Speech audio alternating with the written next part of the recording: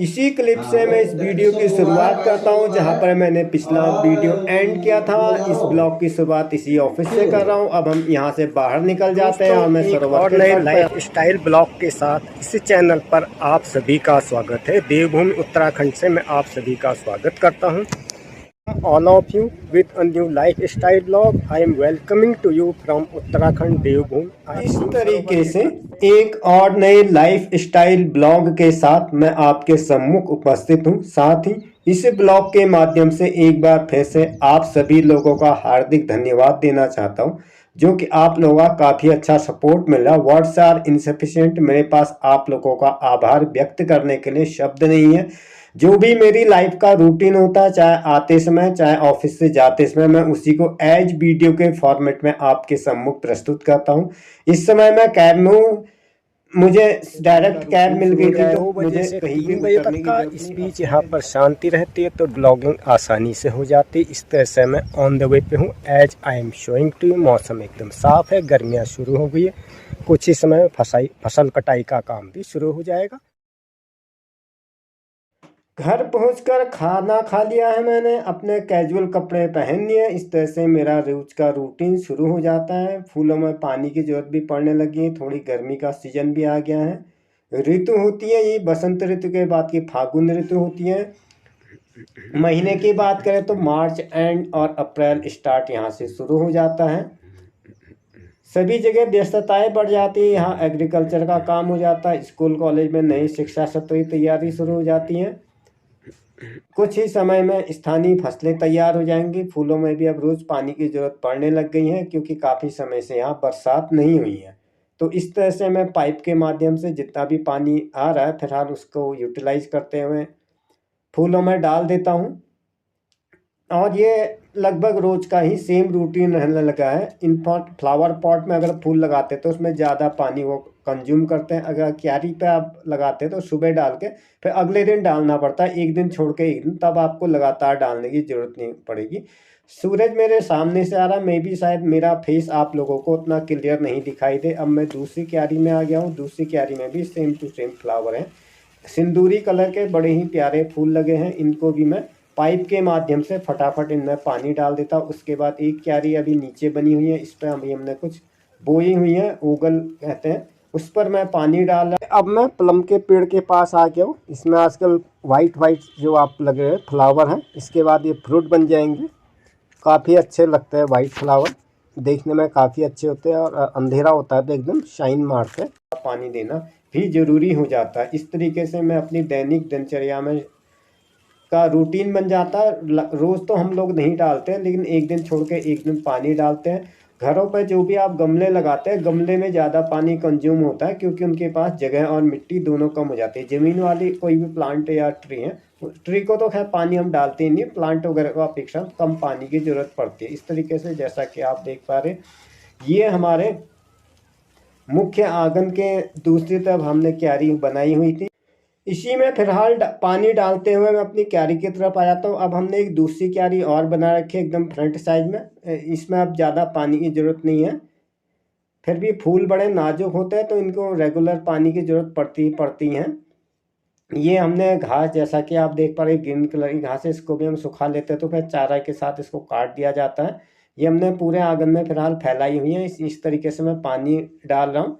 ज़्यादा पानी की तो आजकल सभी जगह कमी पड़ जाती है, फिर भी जितना पानी अवेलेबल हो जाता है उसको किफ़ायतपूर्वक इस्तेमाल करते हुए इस तरह से थोड़ा थोड़ा सभी में डालना पड़ता है। तो इस तरीके से मैं डाल रहा हूँ, जैसा कि आप देख पा रहे as I am showing to. ये पहाड़ी टमाटर है, बहुत छोटा होता है लेकिन खाने में बड़ा खट्टा होता है। चेरी टमाटर भी कहा जाता है। अभी फ्लावर जो भी लोकल सब्जी होती है, इस तरीके से ये हमने घास सुखाने के लिए रखी। जैसा कि आप देख पा रहे हरे पत्ती नुमा घास है, सूख करके अच्छी हो जाती है कटाई में। फिर हम इसको भूसे के साथ मिलाकर अपने पशुओं को देते हैं। कुछ ये फूल वगैरह भी हैं जिनमें काफ़ी अच्छे लाल कलर के अच्छे फूल आएंगे। अभी ये पल्प के द्वारा उत्पन्न होते हैं और इनमें ज़्यादा पानी की ज़रूरत नहीं होती है इसीलिए, क्योंकि ये अपने लिए भोजन ऑलरेडी स्टोर किए रखता है। जैसे प्याज और लहसुन वगैरह है तो हम लोग पल्प कहते हैं, आज पल्प के फॉर्म में। तो इस तरह से सिंचाई करते करते मेरे मन में शरारत आई, पाइप को खड़ा करके मैं मन हुआ कि इसका फ़ोटो लिया जाए तो काफ़ी अच्छा व्यू दिखाई दे रहा है। जगमगाती सफ़ेद रोशनियाँ ऊपर को उठती हुई।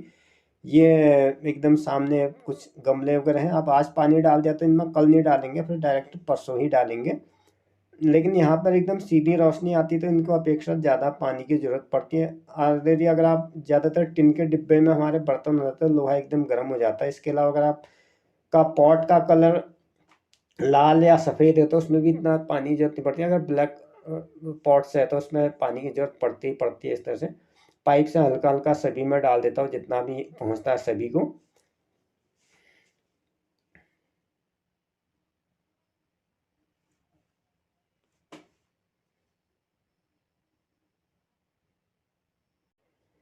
I am watering right now in a flower pot and some plant and flowers as I am showing to you। ये हमने कढ़ाई को यूटिलाइज करके किया है। कढ़ाई तो नहीं कहिए, पतीला वगैरह। ये जो आप देख रहे हैं ये सब्जी वगैरह में फूल आ गए, अब इनमें फल लगेंगे। तो ये मेथी के पौधे हैं, मेथी प्लांट। इसका इस्तेमाल भी मसाले और सब्जी दोनों के लिए होता है। हमने इसकी खूब सब्जी खा ली, अब इसमें फूल लग गए तो कुछ टाइम में इसमें फल आ जाएंगे। ये धनिया है, धनिया का इस्तेमाल भी दोनों तरीके से। यह है धनिया के प्लांट, धनिया के प्लांट। इसके बाद धनिया के फल लग जाएंगे, फिर बीज आता है तो बीज का इस्तेमाल हम मसालों के लिए करते हैं, सभी को पता है। मिक्स है इसमें कुछ मेथी है और ये एलोवेरा पे मैं पानी डालो। एलोवेरा का इस्तेमाल भी त्वचा और बालों के लिए काफ़ी अच्छा रहता है। यहाँ पे मिक्स वेजिटेबल है। इसको जानवर, चरने वाला जानवर आता है तो रात को सब खा जाता है, इसलिए नींबू कटीले कांटे वगैरह लगाने पड़ते हैं। कई बार ये कांटे हमारे हाथ में भी चुभ ही जाते हैं, बचाव फिर भी करना पड़ता है। क्योंकि मेरा बॉटनी मेरा सब्जेक्ट नहीं है। लाल लाल टाइप के फ्लावर है, काफ़ी अच्छे लगते हैं। पता नहीं क्या नाम है ये, मुझे भी ज़्यादा पता नहीं है। इस तरीके से मैं सभी दिशाओं में पानी डाल देता हूँ। कटीली झाड़ियाँ भी रखनी पड़ती है। यहाँ पे जानवर काफ़ी नुकसान करने लगा। जंगली जानवर आता है शाम को, जिसको हम लोग काकड़ कहते हैं, वो चर जाता है हमारा सारा जो भी हम लोग खाने योग्य। इसके अलावा रात के जानवर काफ़ी आते हैं। थार कहते हैं, जो जंगली बफेलो कह सकते हैं, मैंने देखा नहीं है लेकिन थार भी होता है, वो काफ़ी खतरनाक होता है। नव अंकुरित जो भी चीज़ होती है उसको बड़े चाव से खाता है, उसका खाया हुआ दोबारा फिर पैदा होता है, जल्दी खाता है। इसलिए एज प्रोटेक्शन के तौर पर सपोज आप पालक लगाओ तो पालक को ही चढ़ जाएगा, इसलिए कांटे लगाने पड़ते हैं। लेकिन कांटे भी कहाँ तक लगाए जाते हैं, फिर हम लोगों भी खेतों में चलने में प्रॉब्लम होती है। फिर भी जितना भी होता है जंगली जानवर से प्रोटेक्शन करना बहुत ही मुश्किल हो गया है। 24 घंटे चौकीदारी करनी पड़ती है। और आप प्याज लगाएंगे, लहसुन लगाएंगे, कुछ भी ईटेबल थिंग्स लगाएंगे तो वो खा जाता है, क्योंकि बंदर, लंगूर और इंसान सबका लगभग फूड साइकिल सेम ही होता है। तो इस तरीके से पानी डाल दिया। कुछ मूली पे भी फूल आए हैं आजकल सीजनल रूप से। ये है जो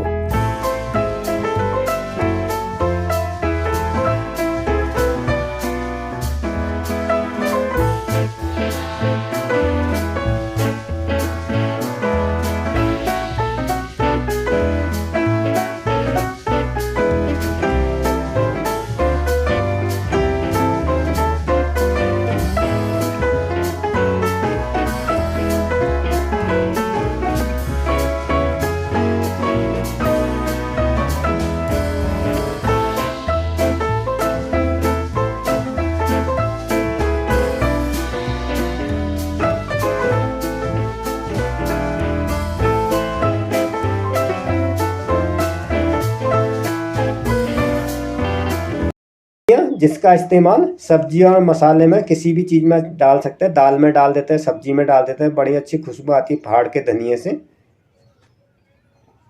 ये रहा फिर आज का मेरा ब्लॉग। आप लोगों को कैसा लगा इसके बारे में अपनी राय जरूर दें अगले ब्लॉग में। तब तक के लिए good bye and have a nice day.